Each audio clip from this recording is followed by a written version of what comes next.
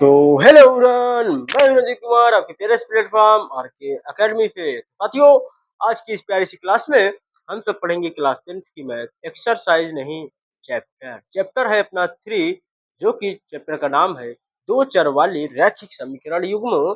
And बोलेंगे English में तो टू वेरिएबल रहेगा एंड टू क्वेश्चन रहेगा। साथियों, देखिए चैप्टर का नाम है दो चर वाले रैखिक समीकरण युग्म, मतलब अपने को देगा दो चर रहेगा, दो वेरिएबल रहेगा एंड दो समीकरण रहेगा, टू इक्वेशन होगा। मतलब चर जैसे एक्स वाई आ जा सकता है एंड वेरिएबल समीकरण जैसे एक्स प्लस वाई बराबर 10, एक्स माइनस वाई बराबर इतना, ऐसे जैसे दिया गया रहेगा। ये हो जाएगा अपना टू वेरिएबल एक्स वाई, और ये हो जाएगा टू इक्वेशन। इक्वेशन मतलब समीकरण जिसमें दो पक्ष हो, दो साइड हो, left hand side and right hand side, R H S, left L H S R H S, दो साइड होगा तो उसे बोलेंगे हम साथियों समीकरण। और दो चर x y a b c d चाहे जो रहेगा। तो इंट्रोडक्शन पार्ट में पहला नंबर हम लोग पार्ट सीखते हैं, इसमें रहेगा टू वेरिएबल टू इक्वेशन। देखिए फर्स्ट इक्वेशन को बोलेंगे a one x b one y c one बराबर 0, मतलब रहेगा पहला समीकरण। पहले समीकरण में होगा पूरा तो a one b one c one चलेगा, दूसरा वाले के लिए a two b two c two चलेगा। जब इसके लिए अब अपने पास तीन कंडीशन बनता है साथियों। यदि a one upon a two does not equal to b one upon b two रहेगा, तब वैसे में क्या होगा, रेखाएं एक बिंदु पर प्रतिच्छेद करेंगी और इनका एक हल होगा। रेखा कई बिंदु पर, एक बिंदु पर, और इनका हल कितना होगा, एक हल। एक हल को और बोला जाता है अद्वितीयक हल, और इनका हल कैसा होगा, संगत होगा। जब a one upon a two does not equal to b one upon, यदि a one upon a two का वैल्यू निकाल लेंगे और b one upon b two का वैल्यू निकाल लेंगे, इस बराबर नहीं होगा, तब क्या होगा, एक बिंदु पर प्रतिच्छेद करेगा, एक हल होगा। एक हल को और क्या बोलेंगे, अद्वितीयक हल। अद्वितीयक हल होगा तो इसे क्या कहेंगे, संगत हल होगा। अभी एग्जांपल लेकर सब तीनों का समझा देते हैं। पहले नंबर, अब दूसरा कंडीशन। दूसरा कंडीशन है क्या, a one upon a two बराबर b one upon b two does not equal to c one upon c two. दूसरा कंडीशन में यदि इसका वैल्यू इसके बराबर हो जाए और ये वाला वैल्यू इन दोनों के बराबर ना हो, तब ऐसे में क्या होगा, इनका ये रेखाएं कैसी होगी, समांतर होगी और कहीं नहीं प्रतिच्छेद करेंगी, मतलब कहीं नहीं काटेंगी। ये रेखाएं कैसी होगी, समांतर होगी। इनका हल कैसा होगा, असंगत। उसमें क्या था, संगत, और इसमें कहेगा क्या, असंगत। इनका कोई हल भी नहीं होगा।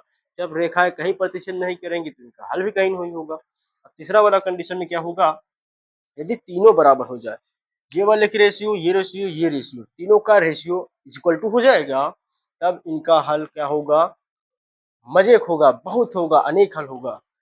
ये अनेक बिंदु पर प्रतिच्छेद करेंगी, इनका अपरिमित रूप से अनेक हल होगा, मतलब इनफिनाइट हल हो जाएगा। ये रेखाएं संपाती रेखाएं कहलाती हैं, इनका अपरिमित रूप से अनेक हल होगा। ये तो लिख दिए थे, ये वाला कंडीशन नहीं हो पाएगा, तब चलिए कोई दिक्कत ना है। इनका अनेक रूप से और अपरिमित रूप से अनेक हल होगा, ये तो हो चुका है। हाँ हाँ, ये कंडीशन नहीं लिखा गया। इनका हल, इनका हल संगत होगा। चलिए हम लोग एग्जाम्पल के थ्रू इनके कंडीशन को समझते हैं। फर्स्ट कंडीशन में जैसे ले लेते हैं, 2x प्लस का 3y प्लस का 6 बराबर का 0, 3x प्लस के दूसरा लेंगे, दो त्याई 6, तीन त्रिक, दो त्याई 6, तीन त्रिक, तीन त्रिक का 9y बराबर नहीं लेना है ना। हाँ चलिए, 4y प्लस के ले लेते हैं 6 बराबर 0। चलिए ये वाला a1 b1 c1, a2 b2 c2। c मतलब क्या है, कांस्टेंट नंबर कोई रहेगा। तो a1 अपन a2 निकालिए, a1 ले गया 2, b1 क्या, a2 क्या है 6, तो एक कम दो क्या है 6, 1/3 आ गया। अब b1 अपन b2 निकालिए, b1 है 3/4, 3/4। देखिए a1 अपन a2 इतना है, b1 अपन b2 इतना है, क्या बराबर है, क्या नहीं है। a1 upon a2 does not equal to b1 upon b2 होगा। तो फर्स्ट कंडीशन हो जाएगा, रेखाएं एक बिंदु पर छेद करेगी, इनका हल अद्वितीयक होगा, यानी एक हल होगा, और रेखाएं क्या होगी, संगत होगी। ये हो गया फर्स्ट कंडीशन।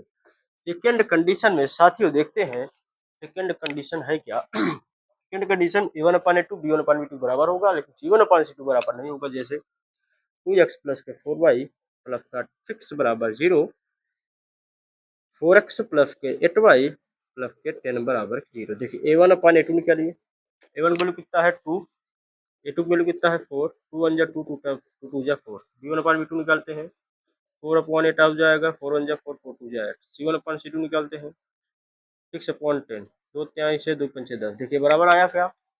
ये बराबर है A1 अपान A2 बराबर B1 upon B2 not equal to C1 upon C2 हो गया है। तो ऐसा कंडीशन है, समांतर होगी लाइन, कैसी होगी? पैरेलल लाइंस होंगी, इनका हल असंगत होगा। अब तीसरे वाले मतलब तीनों बराबर हो जाएगा। इस तरह से हम लोग देख लेते हैं। अच्छा, 3x प्लस के 4y प्लस का 10 बराबर के 0, 6x प्लस के 8y प्लस के 20 बराबर 0। A1 अपान A2 निकालेंगे तो क्या हो जाएगा?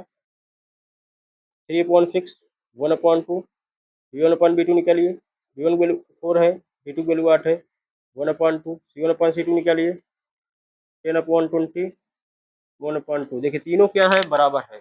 A1 अपॉन 2 बराबर B1 अपॉन B2 बराबर C1 अपॉन C2, तीनों बराबर हो गया साथियों। तो हमारा हल कैसा होगा? संगत हल होगा, रेखाएं संपाती होगी, इनका परिमित रूप से अनेक हल होगा, और अनेक रूप से अनेक बिंदु पर प्रतिच्छेद करेंगी। इनका लाइन कैसे था? रेखाएं एक बिंदु पर प्रतिच्छेद करेगी, मतलब ऐसे हो सकता है एक रेखा पर एक बिंदु पर प्रतिच्छेद कर रहा है, और इनका पैरेलल लाइन जैसे डायग्राम बनाना हो तब समांतर हो जाएगा। अब ये क्या था? संपाती। संपाती मतलब क्या होता? एक रेखा के ऊपर दूसरी रेखा चली जाए। जैसे ये रेखा था, ये एक रेखा इसी पर है, एक रेखा ये था, एक रेखा इसी पर और आ गया है। ये रेखा कैसे होगी? संपाती रेखाएं होगा साथियों। देखिए इसी पर जब काट रहा है, बार बार इसी बिंदु बिंदु बिंदु बहुत सारे बिंदु है, तो मतलब इनमें कितने अनेक बिंदु पर छेद करेगा। बहुत बिंदु इस पर है, पूरा अपरिमित रूप से अनेक बिंदु पर ये प्रतिच्छेद कर रहा है। प्रतिच्छेद मतलब काट रहा है, अपरिमित रूप से अनेक बिंदु पर काट रहा है। इस तरह से साथियों हम सब लोग चैप्टर नंबर 3 का इंट्रोडक्शन पार्ट कंप्लीट करते हैं। इसी तरह से बने रहिए, हमारे चैनल को सब्सक्राइब करिए और कमेंट करिए। इसके बाद चलेंगे 3.1, जो कि ये क्वेश्चन, ये जो कंडीशंस थे सॉल्व करने का दिया गया है। बहुत मजा आएगा, सॉल्व करेंगे बेहतरीन तरीके से साथियों। जय हिंद, वंदे मातरम, पढ़ते रहिए, मचाते रहिए।